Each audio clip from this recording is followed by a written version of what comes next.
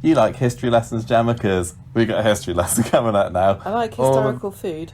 This is about historical factories. So I don't know. Close enough. I don't know that that's really a passion of mine.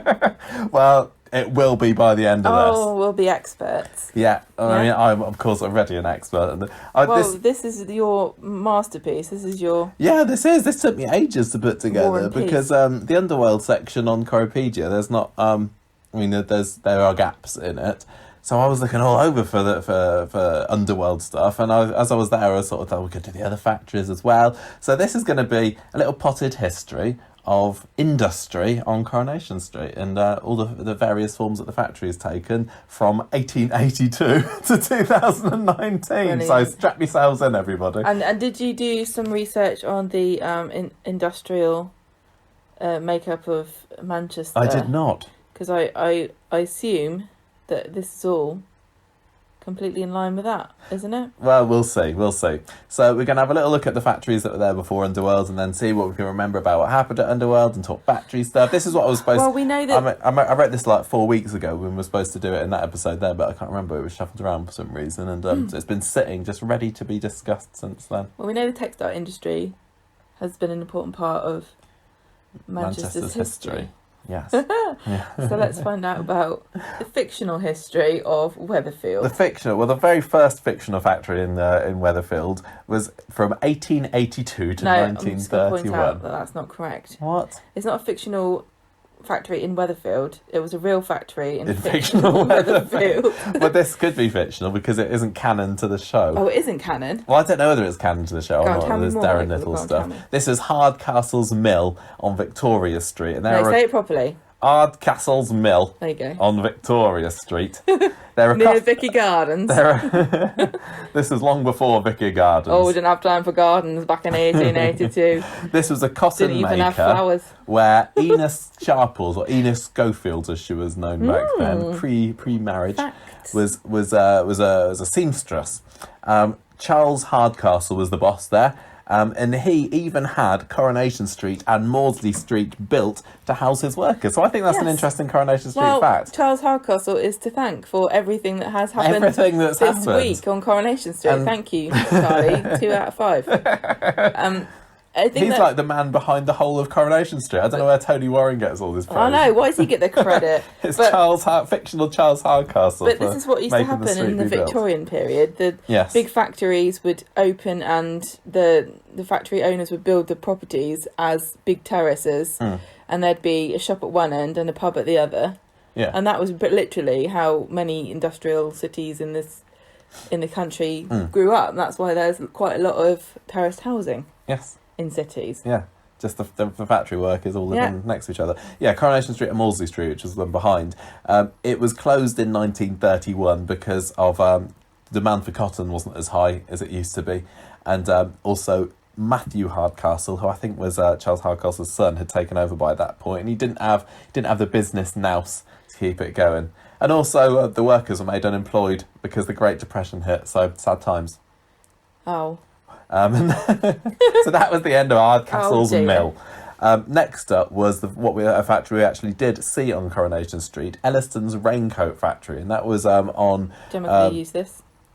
Gemma could have used this. Yeah, raincoat. She could have done with that this week. That was on the same grounds, I think. And it was 1932 to 1968, and a couple of famous Corrie names from the early days were there. Sheila Birtles, Irma Barlow, Lucille Hewitt, even Bet Lynch first made her appearance as a raincoat factory girl. Wow. Every time I hear the name Irma Barlow, I think of that stupid Goosebumps girl. Oh my God, Goosebumps! Oh my God, Irma Barlow!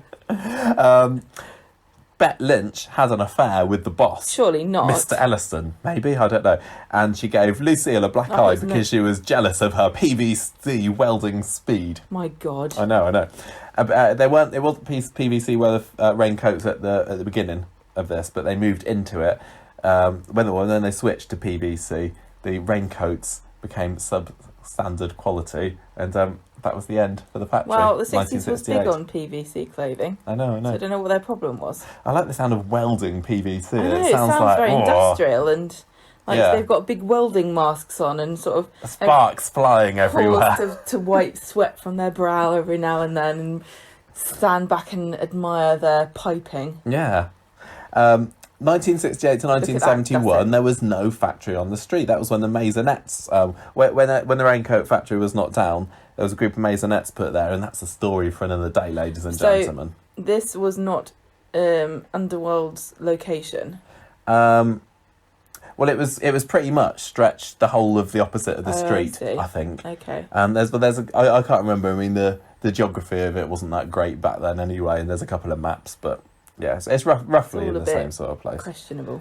And I'm still getting a bit confused in my head about where the factory was and where the Mission of Glad Tidings was, so I think it was a little bit further to the left. Anyway, maisonettes, and then 1971 to 1975, they built, in time for 1971, the Mark Britton Warehouse. And this was introduced as a major story in 1971 because they realised that the only place that people, the residents of Coronation Street, could work was the pub and the shop. Not like these days where there's 20 jobs that you can have. The women folk need somewhere to be apart from the kitchens. Yes. Well, this was the 70s, Go women. Well, we already had women working in the factory, I'm just joking.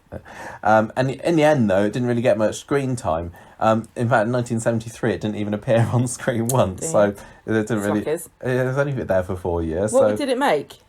You haven't written it down. Various things. I don't actually know. That's really bad. I haven't written that down. Maybe they made those drumming monkeys. I'm going to say fabrics. No, those monkeys that drum when you wind Were they them up. big in the 70s? It was probably like lava lamps. I know what they made. Those portraits of the crying boy. Was that the 70s when everybody had that? I don't know. That's really bad. I should know that. I think it was clothes, but I'm not completely sure. Well, it was a warehouse. This is really bad. This is supposed to be about Underworld. This is just a bit of a preamble to the Underworld stuff. Mavis worked there, Vera worked there, Ivy worked them in there, and those three characters came into the show as workers at the Mark Britton warehouse. So even though it didn't have very long on screen, it brought those three very big characters into it. There were big protests on the street when it opened because people didn't want another factory there. But luckily for them, they only had to put up with it for 4 years because in 1975, it burnt down in a fire after an intruder left a lit cigarette on an armchair. Fred G, who was pop man at the Rovers for a bit, his wife Edna died in that fire, and that's what brought him into the show. So, small factory, but big characters brought in. 1976 to 1989 was the golden era, pre-Underworld of factories. This was Baldwin's Casuals, and they made that. I thought you'd have heard of that one. So they manufactured denim. Well, towards the end they were making curtains. I can't remember why they made the switch. Well, because denim never goes out of fashion. Exactly. Does it, David? He's got a denim jacket. He's got his jeans. So cool. Canadians will like this. They like denim, don't they? Love it. I don't know. When you wear a denim jacket and a pair of jeans, it's called a Canadian tuxedo. Is it? I never heard of that. The biggest drama at Baldwin's Casuals that you'll probably have heard of is the Ernest Bishop's death in 1979. He fell in a vat of denim and drowned. No, he didn't, Gemma. He was shot, remember? By a denim gun. Shut up. He was... what happened? He got shot? Yeah, those two robbers came in to steal the money, and Mike Baldwin's burst into the room. He was like, what's going on here then? And he leave the jeans alone. And he bashed into the guy with a gun and he shot Ernest. He walked into his gun. I didn't shoot him, he walked into my gun. Anyway, in 1989, the Baldwin's Casuals, or the factory, was bought by Morris Jones, and then it was demolished to make way for more maisonettes, and these are the ones that are there now. So what, maisonettes were there and then they got... Yeah, there were maisonettes there for a little bit, and then they thought, maisonettes don't work on Coronation Street, we need a factory. And then they got rid of the factory and put more maisonettes again. But my understanding of the word maisonette is not what the buildings are. I know, we live in a maisonette, and I'd love to live somewhere like Sally's house or as far as I understand Gail's it, they live in a house. I know. They're not maisonettes. Maybe they got maisonette's got a very specific meaning. Right. in 1990 to 1991, there were a couple of factory scenes, but they were all kind of off the street at Ingram's Textiles, and this is a story that was running on the classic Coronation Street episodes last year. So Mike was kind of left with nothing after Baldwin's Casuals went south. So he got his claws into Ingram's Textiles, even more so after Peter Ingram, the boss there, died. And then a guy called Frank Dobson was put in charge, and I quite enjoyed that because that's almost my surname. That's what the gas company thinks your name. Yeah. Jackie, who was Peter Ingram's wife, put Frank Dobson in charge, and he was very, very kind of stern businessman. There's no comedy about him at all.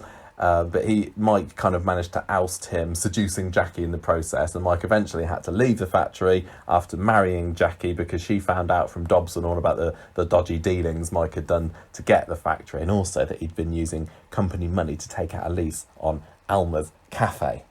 I'm just looking at what a maisonette is, and apparently, as far as I can tell, it is just a flat with your own entrance. I don't understand how those ones in Coronation Street and it can be a 2-storey flat, but it still is a flat. Yeah. Where you occupy part of a building, but you have your own private entrance. Yeah, okay. Well. Not a maisonette then, is it, Coronation Street? No. So number 14 Coronation Street is where Underworld is now. That was built in 1991, and that was when it was first used anyway. I think it was built a few years before, and it was kind of empty for a bit. There was a couple of scenes there for PJ Promotions, which was a PR firm set up by Phil Jennings, who was Deirdre's dodgy boyfriend. What did they use to promote? I've just been watching this on classic Coronation Street, and it was a bit boring. Was it like Rita? No, I don't remember.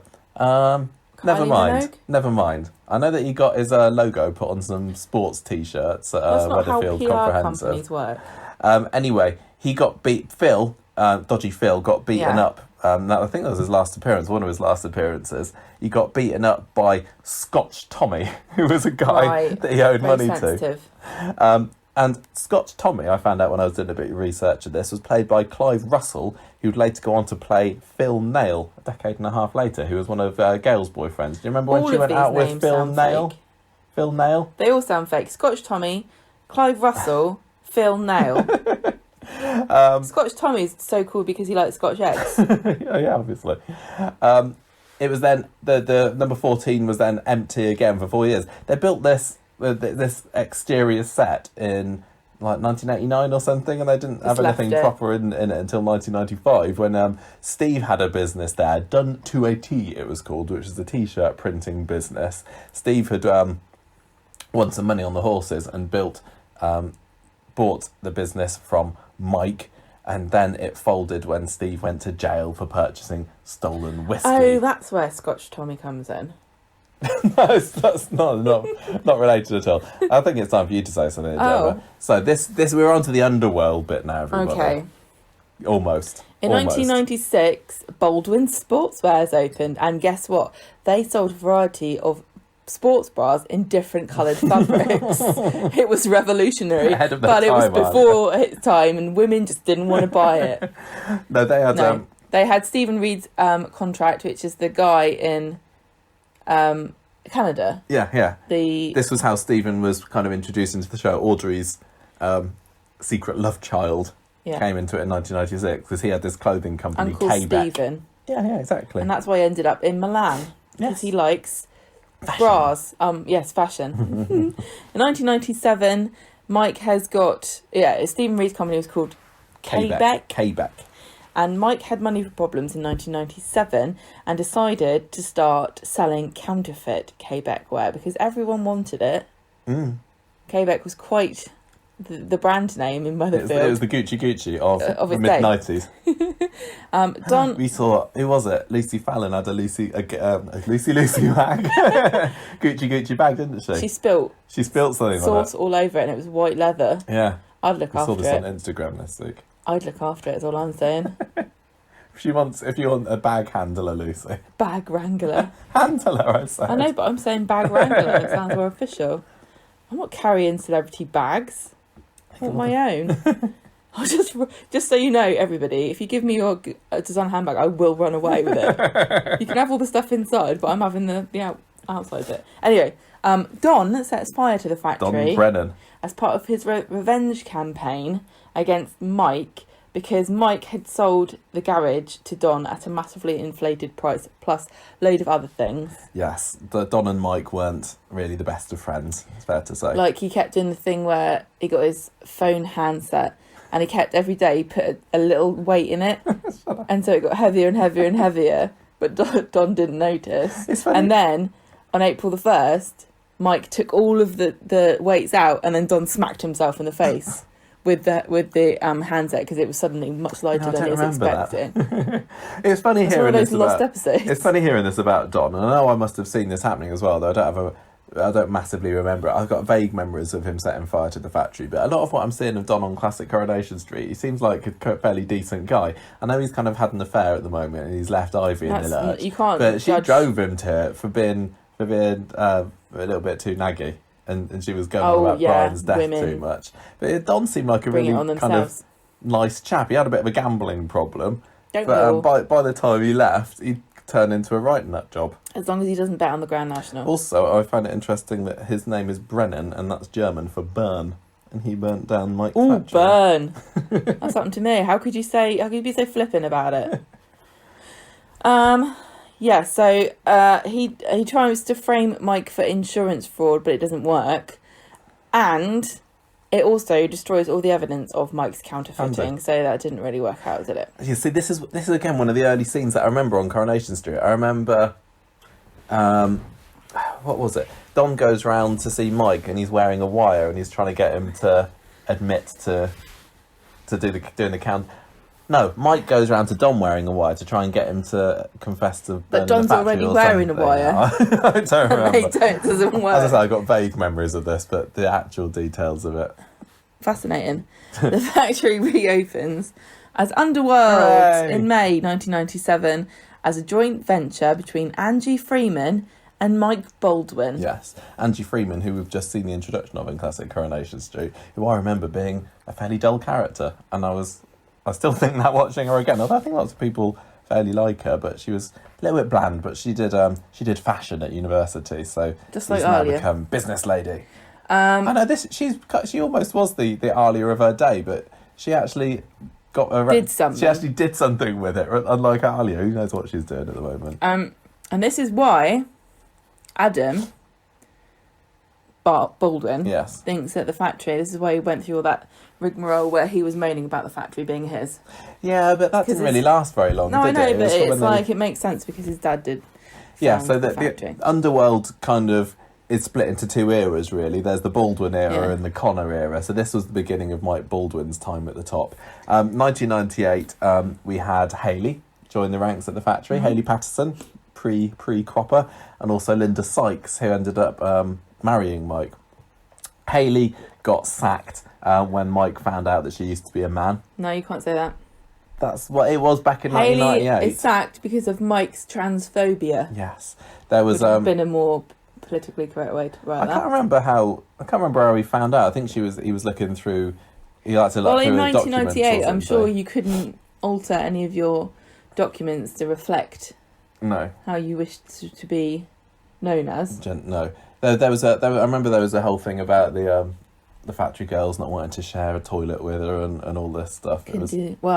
It's very topical now, isn't it? It is. Well, Hayley's the story that set the ball rolling, isn't it? I mean, not really. What do you mean?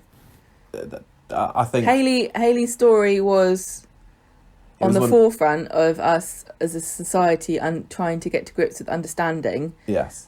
She didn't get the ball rolling. That's what makes it sound like people didn't become transgender until they saw Hayley. No, you know what I mean. Also, that was the year that Greg Kelly became a business partner, who was, I think, an illicit love child of Les Battersby.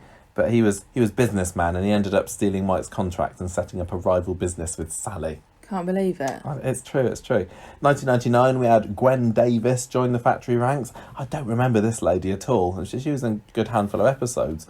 And she became friends with Jim, apparently, who it turned out was in the same regiment as her ex-husband, who used to beat her up. And Jim was like, I used to beat my wife. Yeah.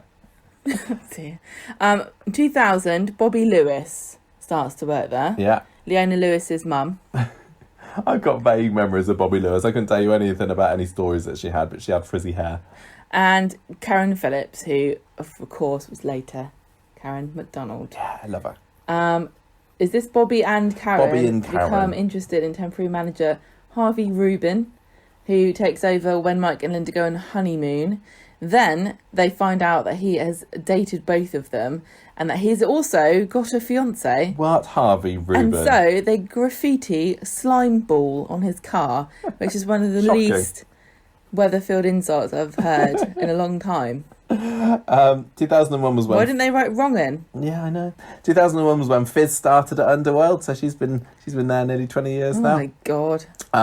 Harvey scuppered Linda's plans to take the factory from Mike because even though they got married the previous year, Linda had been having it off with his son Mark. And, you can't really stay married to someone when you find that out, can you? So Linda tries to take the factory from Mike, but Harvey manages to scupper her plans, as we said. And then Mike's office is set on fire by Linda's brother Jimmy. She goes missing, and Jimmy reckons that Mike's bumped her off. So there's no end of drama in Underworld, is there? It's mostly fires. It is mostly fires. There's been a lot of fires on this factory, I tell you. They should have made it out of asbestos. Talking of Fizz, 2002 is when she had her famous rooftop protest. Yes. She got sacked and decided to stand up on the roof and take her bra off and do a topless protest to everybody in the street. And when we talked to Jenny McAlpine a few years ago, she's like, people always remember this. Oh, God. And they never let me forget about this topless protest that I did.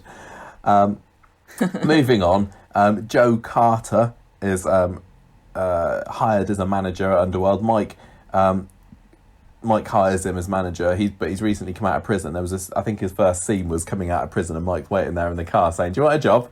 That's exactly how you hire all your best employees. Yeah, just hang around outside the prisons. I don't go to the job centre. I hang around outside prisons because they're grateful. This is probably what Robert's doing now, isn't he? I know, but Mike didn't get like a grant from the government, did he? I don't think that in the there was that going on. Didn't have that back then, 2002. Joe ended up seducing Karen, who was Karen MacDonald at this point. She was married to Steve and she let herself be seduced by Joe and they had an affair. Oh, shocking, dear. What was he in prison for? Being a Lothario? Yeah. Incorrigible Lothario. In 2003, Joe plots to steal the factory from Mike by forging cheques from a fake company called Artec. And that's an anagram of Carter. What's the relevance of that? Genius criminal. What, Joe Carter? Joe Carter, yeah. How I wouldn't be able to even do that, Michael. So you can do it with your surname. Zoc. Mike gets Joe to do one because he figures out the clues, just like you said. Hang on a minute. Oh, he doesn't call played a game of Scrabble one day. He's like, he doesn't call the police as he doesn't want to be made a laughing stock because he should have figured it out before. Nick takes over as manager. Nick's been on and off manager forever there, hasn't he? I can't believe that. This was Adam Rickett, Nick. Another fire in the factory in 2004. We should call him Adam Nickett. Yeah, should. Another fire in the factory in 2004. This time the factory storeroom burnt down when Janice dropped a cigarette onto a pile of clothes. Does anybody actually smoke? Did I say smoke? Janice or Janice? I meant Janice. Nobody smokes actual cigarettes on Coronation Street anymore, do they? Peter does. Oh, yeah, that's true. Bagging and shagging. Bagging and shagging. Nick comes to the rescue and saves Janice, but Mike sacks him because he blames him for starting the fire. I don't remember why. Danny Baldwin came in 2004. It's me, Danny Baldwin! Danny Baldwin up from London to... London Town! This was kind of the beginning of the end for Mike, wasn't it? I think they knew that he had a couple of years left in him, did Johnny Briggs on the show. Yeah. And the Baldwins were introduced to gradually... usher in a new era. Of Baldwin. Didn't go very well. Didn't quite work, no. And this was also the year that Sean started working in the factory, so he's got 15 years anniversary this year. In 2005, twins Joanne and Jesse Jackson started Underworld. Remember those two? Yeah, I think I do. They weren't really twins. They weren't twins, it was a joke. Yes. Janice gets sacked He said shacked. Let's get shanked. For winding up Danny and Adam, and then the girls go on strike until she's reinstated. This was when they started this tradition of the factory girls going, we're gonna go on fire. Oh no, they had strike fact stories in the factory line. Yeah, I know, but this was for a long time. I know, but this feels like every year the girls go, yeah, and then say, but they're going to go on strike. Well, the factory stories generally rotate around. They're going on strike because someone who's been wrongfully dismissed. They're one order away from collapse. Total disaster. They're having money troubles. It's on fire. It's on fire. Yeah. Hayley is also sacked, but towards the end of the year. But it's because of Mike's worsening Alzheimer's syndromes. Yes, symptoms. Mike is getting bad at this point. But not as bad as in 2006, I mean. He died. He died, didn't he? On the steps of the factory in Ken's arms. But that was because he had pneumonia, didn't he? He was wandering around, yeah. There was a bit of a legal tussle between Adam and Danny over who's going to inherit the factory.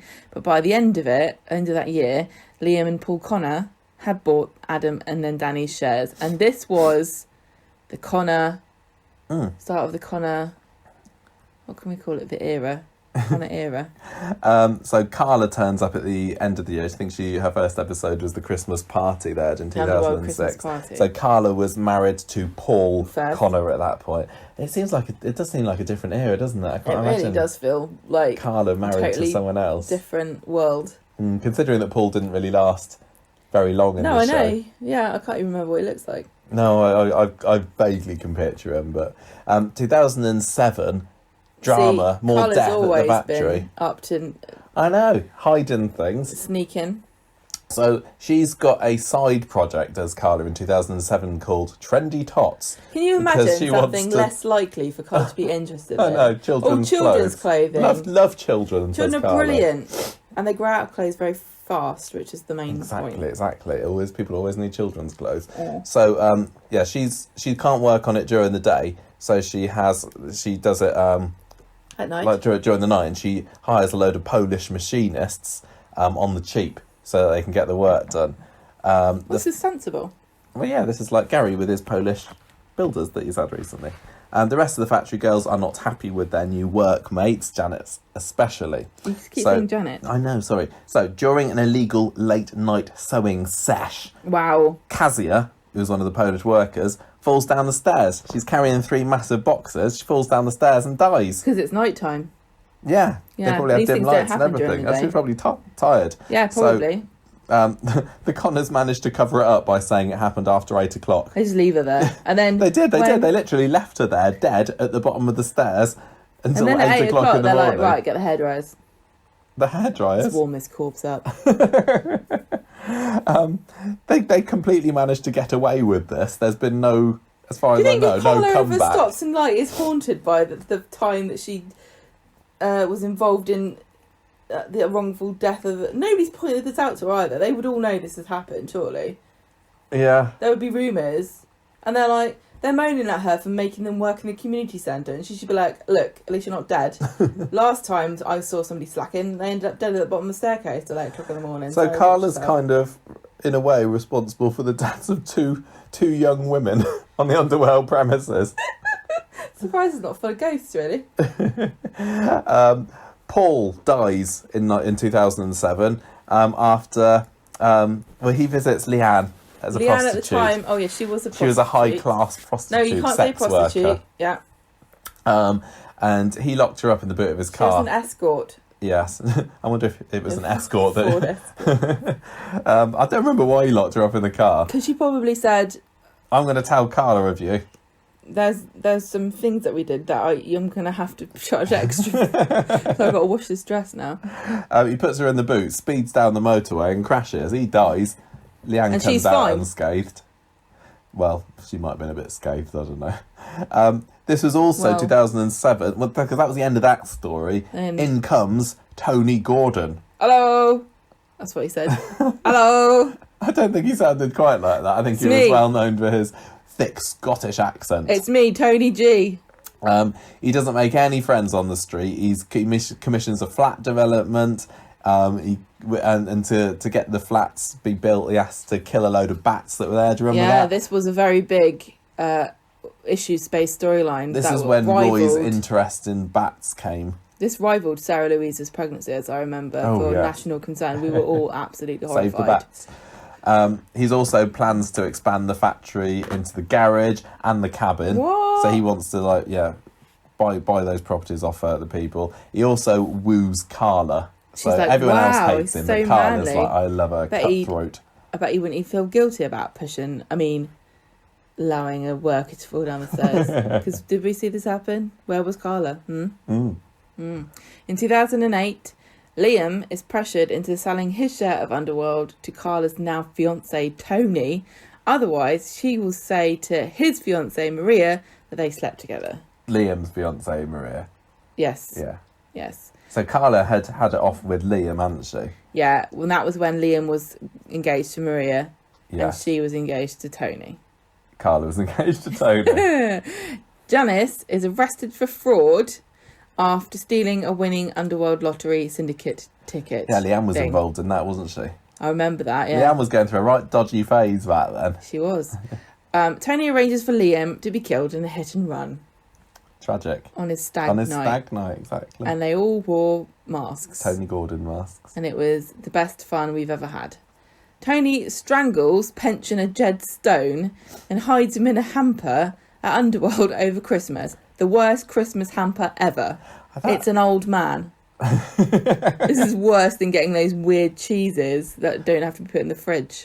Yeah. These are the ones where they have the adverts after Christmas saying, don't forget to start saving up for next year's Christmas hamper. Look at how many cans of Spam we've got in this year's one. This is, dark times for the factory, wasn't it? It gets worse over the next couple of years. Luke Strong takes over as Underworld manager in 2009. He later buys Carla's 60% share. By this point, Carla has left Tony and she'd gone off to LA for a bit because she's realised what a nasty young man he is. Tony ends up conning Rosie, who's the PA at Underworld at the time. Oh, no, sorry. Luke ends up conning Rosie out of £90,000, saying that she was investing... She said, look, you give me £90,000 and you'll be investing in Underworld. But this was the money that she got as compensation for being kidnapped by John Stape. Exactly. And he goes to Rio with that money and just think, Rosie, you could have done the same thing. Yeah. This is what happens when you listen to Sally about what to do with your money. Don't put it in the bank. 2010, Kelly Crabtree is fired after letting Nick see the Underworld accounts. I love Kelly Crabtree. I know, she was brilliant. The main weird thing I remember about her is her character's introduction was like on her last day at Underworld. It was, do you remember? She was like, "Oh, it's my last day at Underworld, but you other factory girls never have anything to do with me. You're all so cliquey," and that's how they brought her into it. And they're like, "Oh no, don't go. You can be in our gang," or something like that. But anyway, 2010 was the end of Kelly. Main thing that happened in 2010, of course, at Underworld was the siege of Underworld. So Tony Gordon has been arrested by this point, and he escapes from prison in a Line of Duty-esque transport van hijacking. What, by papers. an OCG? Yeah, it was. Send M16 on the A34 ASAP. We've got an OCG with the OCD on the loose. OCD. That's Craig, isn't it?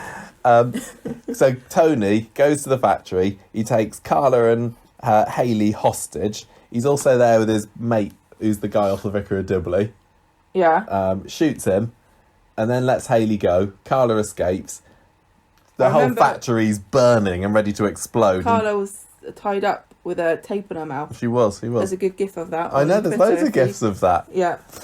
So Tony walks back into the explosion and dies. He's like, I'm not going back to Scotland. So more flames at Underworld, and this was the episodes that were delayed a week because of the Cumbria shootings. Who would have known that there would be shooting? Not them. No. John Stape took advantage of the Underworld building works after the factory exploded by burying the body of Colin Fishwick underneath it.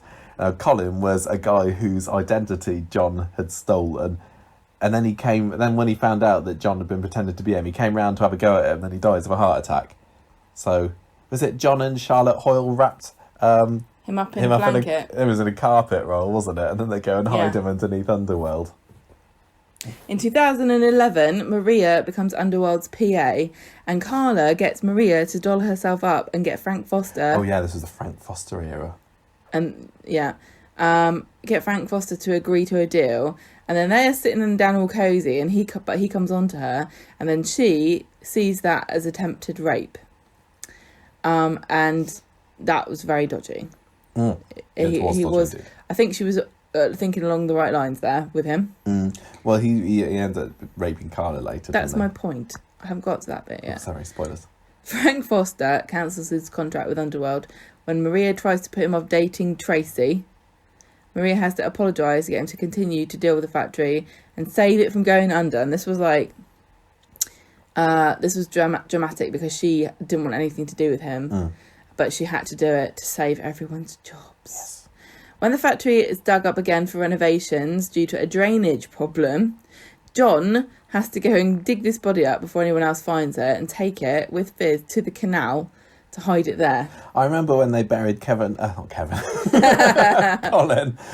the factory. I was thinking, there could be a body buried under the factory for years to come. It was like, no, just a year. It's a bit like with Callum, wasn't it? How long will he stay down Gail's manhole? Not too long. Frank buys into Underworld, and as the year goes on, he and Carla get closer, but when she calls off her engagement to him, he rapes her. That was horrible, and he was like, after he did it, he was like, you made me do it, didn't he? And it was like... He was creepy, it was basically not a great story because, well, it was a good, interesting story, but he never really got punished for it, did he? He got killed. No, he got acquitted. Oh, well, yeah, he got acquitted in early 2012, and so he was like, I think it was one of these things where it's like, well, prove it, and she's like, well, I can't. Yeah, basically. So he goes back to work at the factory with Carla, which is obviously somewhat awkward.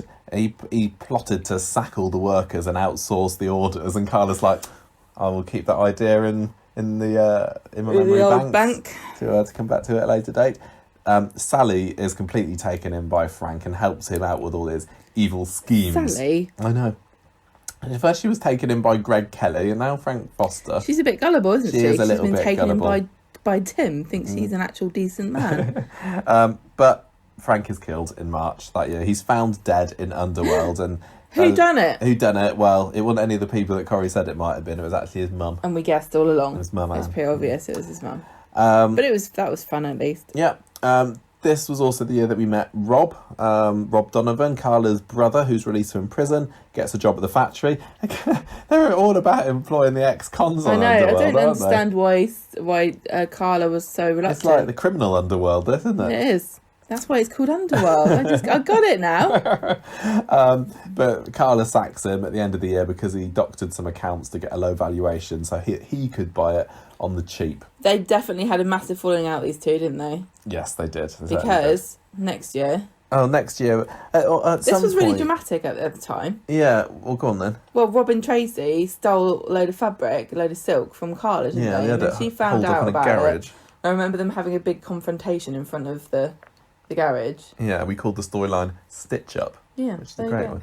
I don't think very much happened in the factory between 2013 and 2014 because I couldn't find much reference to it on Corriepedia, so we get to skip straight through that. There's probably lots of things to do with Alia making ridiculous machines that only make one product that nobody wants to buy. At some point over that time, Peter got a share of the factory as well for a little bit. Why not? There's lots of to-in and throw-ins of factory shares over the years. In 2015, this is when we had the Underworld coach crash drama. Carla had won some award, hadn't she? The whole of Underworld went off in a little minibus to go and collect it. Like a regional businesswoman. Yeah, who was it? Was it Steve driving? And then he got rattled by some chavs in a car next to him. And then he just went, I'm going to drive off a cliff. And everyone fell out of the car. Oh, that's quite exciting. And ended up in a bush and stuff. Was that? And wasn't it teetering on the edge of the cliff? And then Tracy was in there, and then someone else was at the front of was it Carla? And she was like, Tracy had to rescue Carla, I think, didn't she? This was when they fell out with each other. Was that when Sinead ended up with a paralysed back, and then she had a couple of months in line and been told that she'd never walk again, and then she was all right. And then we had the Victoria Court fire drama when Carla plans to sell up and leave Weatherfield. Aidan turns up and sells her shares She sells them to him. Yeah, so Aidan is now brought into the factory. Yeah. New Connor. Then Johnny turns up and says, all that money, that Aidan used was actually stolen from me. So now I'm the boss of the factory. Thank you very much. Yeah, we have a couple of years of Johnny being in charge of the factory, during which time he seduces cleaner Jenny Bradley. and elevates her to the landlady of the Rovers. Eventually. 2017, nearly there, everybody. Eva finds out that Aidan's having an affair, and she plots with Adam to get Underworld from him. And this all came to a head on Johnny and Jenny's wedding day, when Johnny took Jenny back to the factory and found out the roof had disappeared. They ransacked everything, including the roof. Yeah, so that seemed like it could have been the end of Underworld. And it was pretty drastic at the time when everyone lost their job. Even the vicar stole money to redistribute to the poor peasants of the area. Yeah, so all the seamsters and seamstresses had to go and find other jobs, like complaining, it seems. Well, they went through this thing of making cancer. Oh, cancer hats. Headscarves. Yeah, I don't remember. But as far as I could tell, their jobs was professionally complaining in the Rovers about how poor they were. Yeah. Well, it was just all warm up for this year, wasn't it? Yeah. So with Carla's help, because she was back now in 2018, the factory came back from Devon. The factory reopened. Pat Phelan did the roof. Sure, he did a sterling job on it. Bang up. And then Carla gifts Aidan her share of the factory, although he ends up killing himself because he had depression and he knew that he couldn't. He thought he couldn't cope with the responsibility of it. There was a bit of drama with the will as well, with Aidan's will, because he left it to Alia. He left his share of the factory to Alia, not knowing, of course, that by the time the will was read, he'd owned the whole factory. So Alia was the boss of the factory for all of, a month? And everyone was like, this isn't fair. And I was like, I don't care. Ha, ha, ha. Yeah. Eventually, she sells it back to Carla and Peter after seeing that video of Aidan saying, oh, family's important. I hope Alia doesn't get the factory. Peter sells his shares to Nick. And then that brings us up to this year when they had the roof collapse drama. Yeah, I think everybody remembers what happened there. Rana dies in the factory. So it's she's only the second person that actually died. No, third. How many people have actually died in the factory? Well, there was Tony Gordon. Kezia, Rana and Tony Gordon. So only 3 people have died, but there have been 4 corpses in there at one point or another. It seemed very And Jed Stone nearly did die. Well, yeah, I think... Well, he thought he was dead when he left him in the hamper. Yeah. With the crackers. Yeah, I mean, never mind. Was Hardcastle's mill built on an Indian burial ground? You can't say Indian burial ground. I thought that's the thing. So... It was built on the graves of Victorian urchins who died of dysentery. Is it finally time to say goodbye to the factory? I don't want them to get rid of it. Don't you? I really do. But it's an institution. I want them to turn it into something else. I want them to turn it into something else. I'm just fed up with it being... Oh, I don't mind it being a factory. I'm just fed up with it being Underworld. And I think when I was writing all these notes a month or so ago, I didn't know what was going to happen to the factory. And it just seems now that with everything that's going on in the community centre, that they're just kind of, biding time until number 14 can be built up again as a factory, and then they'll move back in there. Well, I keep saying I want them to make something that actually makes sense, like cakes, or wouldn't it be nice if they made some local specialities like Eccles cakes, or even just sandwiches, or... There's loads it could be. I just think that they need to give it a rest, because if you look back what we were saying at the beginning of the section about the other industries that were there, I mean, Hardcastle's mill was there for 50 years, but none of that was on screen, so it wasn't like there were viewers there to get bored of it. Yeah. We had about 8 years of Raincoat Factory. We had 4 years of Mark Britton Warehouse. We had 13 years of Baldwin's Casuals, but we're over 20 years of Underworld now, and it's like... I think it's time for a change. Yeah. I mean, setting up a knicker factory did have plenty of comedy potential back in the day, but I think it's worn a bit thin. It makes no sense anymore to have a clothing manufacturer that seems to be trying to compete with Chinese import, like cheap textiles from India and Bangladesh and China, because nobody is buying cheap knickers that are made in the UK. It's too expensive. If you want to make a product here, it's got to be a high-end expensive product that relies on the skill of the workers and the expensiveness of the of the fabric. But it always seemed to me as though Underworld was making the lower end of the market kind of stuff. So I mean, I was having a think about sort of things that they could replace it with. We talked about them maybe having a call centre, which would be topical. I'm just trying to think of something that would be interesting. They couldn't really talk to each other at work if they had a call centre. Well, I don't know how these things work, 'cause I've never been in a call centre, but I'm just kind of guessing that there would be, breathers between phone calls or something where they'd gossip. But you're right, having a job, having the sewing job is ideal for because they can chit chat while they're sewing. It needs to be another factory. Because food manufacturing or food production or whatever you want to call it makes sense, because you can't import a cream cake from China, can you? It has to be done here. I mean, they wouldn't have to go on the cake run either to Roy's, would they, if they were Well, they could supply the local businesses, and they could be like, oh, we're making a new product for the bistro, or I wonder whether it would be making hard a wedding cake, for the production of the programme to have lots of fresh food out. Well, it wouldn't be real food, would it? I suppose they have a few real ones and a few fake ones. I can't imagine them having a big factory, like one of these ones that makes Heinz ketchup or something, where the bottle's whizzing around. They couldn't do that. No, it has to be something that they can do at benches or something. I mean, it's not actually a very big factory, is it? No. I still haven't really got a very good picture in my head about the layout of it, but it seems like especially compared to how the factory was back when it filled the whole of the other side of the street, it's pretty mini. I mean, there are some food companies based in Manchester. McVitie's is a Manchester company, and so is Kellogg's, or that's where the head factories are there at the moment. Anti-masturbation cornflakes. Exactly. And PG Tips as well. They could not have like those tea. Bagash tea bags that Eileen's been. No, Eileen was complaining about cheapo tea bags. We love today, those because they're like 40p for no. How much are they? I don't know. 50p for 50. I can't remember. They're so fine. Cheap. I was also wondering, like, they could have like a brewery expansion, but I don't know whether they would. That would be difficult, wouldn't it, to do? Why? Well, because it would just be bottles whizzing about, like I just said. But I think as well they wouldn't want to, glamorise the alcohol or anything. I mean, they've got gin distillery. They've always got to have some kind of alcohol on the street because of the Rovers being a focal point there. But wasn't there some kind of study a few years ago where people were complaining about the amount of casual alcohol references that the soaps have? I don't know. I think it was me. No, I don't. I think it was somebody else that did it. So I don't know about that. Then there's also I was trying to think of some, some feel good or some modern. Coronation Street likes to wave the flag for look how green we are. So something like a recycling factory or something maybe. I don't think it works like that. Well, it must be somewhere that when you when you.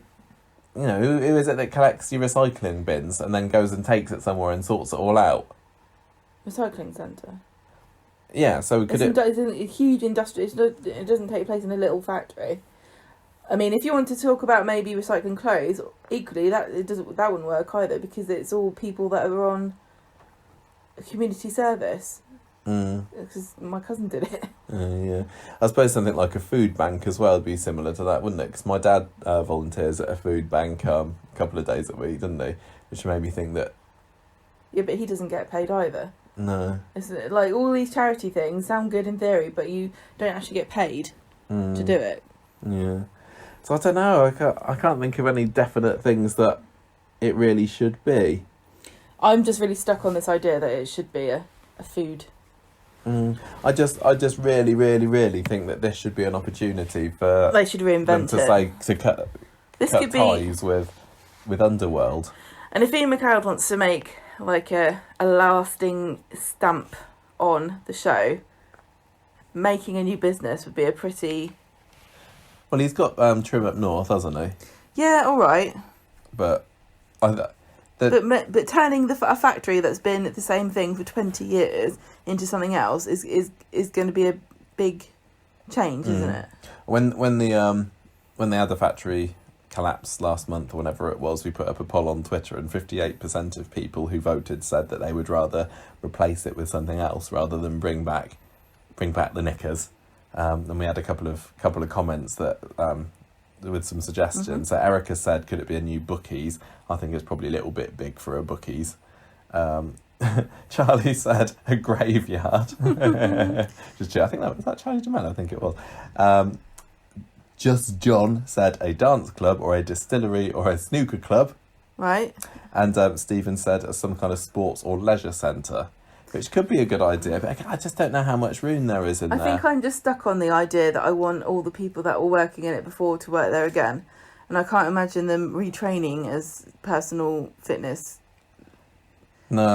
trainers or working in... I can't imagine them doing any of this stuff, which is why...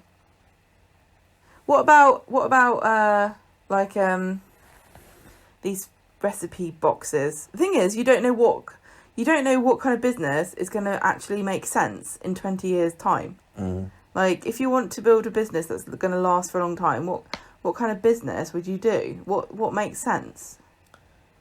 I just think it would be cool if they did something regional to do with food. Like maybe making chutneys or, like... I keep thinking about cheese, but you couldn't really do that because it's nowhere near the countryside. You'd have to transport all these massive tankers full of milk. Yeah. That doesn't really make any sense. But I can imagine everyone in the factory, like working in some kind of, maybe like a cake decorating business. I would think that would be... think of that scene from I Love Lucy. With the conveyor belt. Decorating cakes, like Cake Boss or something, that would be interesting because they would do all the cakes, for the funerals and the weddings and the christenings and the naming people ceremonies. Always want cakes. That's why like the flower shop does well, because people always want flowers for things. Yeah. I just think though it's going to be kept as a knicker factory. I'm pretty sure you're right. It's going down that route. But we've said this for ages, and we also wanted a pet shop.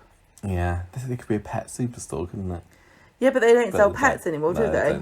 No, they don't. There wouldn't be. They sell like rodents. There. So, out of all these factory stories that we've had over the years, which of them stand out as being favourites for you? I really vividly remember the Tony Gordon thing. That's what I was going to think. I think if you look back at the time at Underworld, the time that I saw, and the Frank Foster whodunit. I mean, I can't believe you haven't included the bit where Jenny locked Tracy in the storage cupboard, because that was an incredible... Gold. Yeah, the Tony Gordon story was definitely a high. But then that stuff with Colin Fishwick's body being buried underneath was pretty funny as well. I get so confused about Colin Fishwick and who he is. Well, I just reminded you. On the whole, though... Yeah, but Colin Fishwick... Yeah. Was actually... He was a teacher. Yeah, but didn't Brian, at one point... Yeah, Brian was introduced as the head teacher.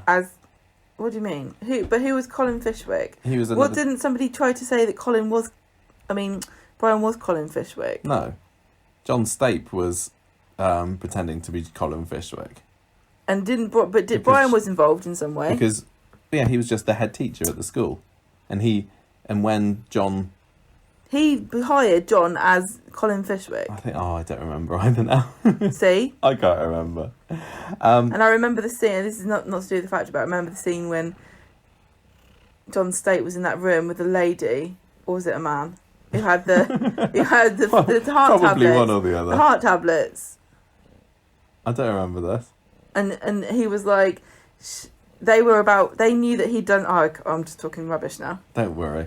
So that was some of my favourite factory stories. But on the whole, though, I generally do find factory stuff boring. I like the sort of everyday kind of chit-chat, and I like having a lot of characters together with not a lot to do but talk. But unfortunately, it never seems to get beyond gossiping and arguing with each other. No, and the strength of a factory... The factory stories kind of comes down to the factory staff, and I think there's a lot of people, on the books at the factory at the moment that aren't the most interesting of characters, because we've got Beth, who we don't really like at the moment, Izzy we don't really like, Sally's quite good. But you often forget that Sally works in the factory because she is always trying to be the manager. but now she's a machinist. I just think, if I think back to kind of the classic days of Vera Duckworth there, and even some of the characters like, you know, Karen, and was Becky working at the factory at some point? I can't remember. I think everybody's secretly good at working in everyone is born with an innate ability to work a sewing machine in Weatherfield.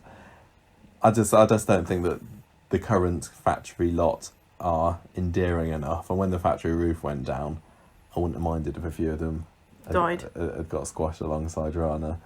I just don't really find factory stories that interesting. You're right, it's good that they do need somewhere for characters to work, because they can't have them all working off the street. But I just get really bored of the same stories coming up again. But it's got to be somewhere where they can all sit together and talk as they work, because that's what I mean. Like in a factory, if you're making bottles or something, each person's got their own section. You don't stand around talking. That's why I like the idea of a cake thing or a sandwich thing or some kind of... I mean, even a catering business would open up a bit, make it a bit broader. And that would be interesting, because then they can have conversations about Alia coming up with a new idea for a picnic range where her sandwiches are portable. Right. Well, it looks like for years to come, we're going to have business Knickers deals, to you.